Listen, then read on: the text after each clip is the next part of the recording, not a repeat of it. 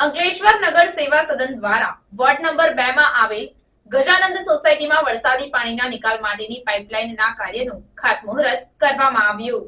અંકલેશ્વરમાં ચોમાસામાં ભારે વરસાદ વરસતા વિવિધ વિસ્તારોમાં પાણી ભરાઈ જાય છે। વરસાદી પાણીના નિકાલની વ્યવસ્થા ન હોવાના કારણે લોકોએ મુશ્કેલીનો સામનો કરવાનો વારો આવે છે। ત્યારે અંકલેશ્વર નગર સેવા સદન દ્વારા વોર્ડ નંબર 2 માં આવેલ ગજાનંદ સોસાયટીમાં વરસાદી પાણીના નિકાલ માટેની પાઇપલાઇન નાખવાનું આયોજન કરવામાં આવ્યું છે। રૂપિયા 22 લાખના ખર્ચે આ પાઇપલાઇન નાખવામાં આવશે, જેના કાર્યનું નગરપાલિકાના પ્રમુખ લલિતા રાજપુરોહિતના હસ્તે ખાતમુહૂર્ત કરવામાં આવ્યું હતું। આ પ્રસંગે અંકલેશ્વર શહેર ભાજપ પ્રમુખ નરેન્દ્ર પટેલ, નગર સેવા સદનના ઉપપ્રમુખ ભાવેશ કાયસ્થ સહિત સ્થાનિક નગરસેવકો અને આગેવાનો ઉપસ્થિત રહ્યા હતા। આજ રોજ નગરપાલિકા દ્વારા વોર્ડ નંબર 2 માં 22 લાખના ખર્ચે વરસાદી પાણીના નિકાલ માટે પાણીની પાઇપલાઇન નાખવાનું ખાતમુહૂર્ત કરવામાં આવ્યું।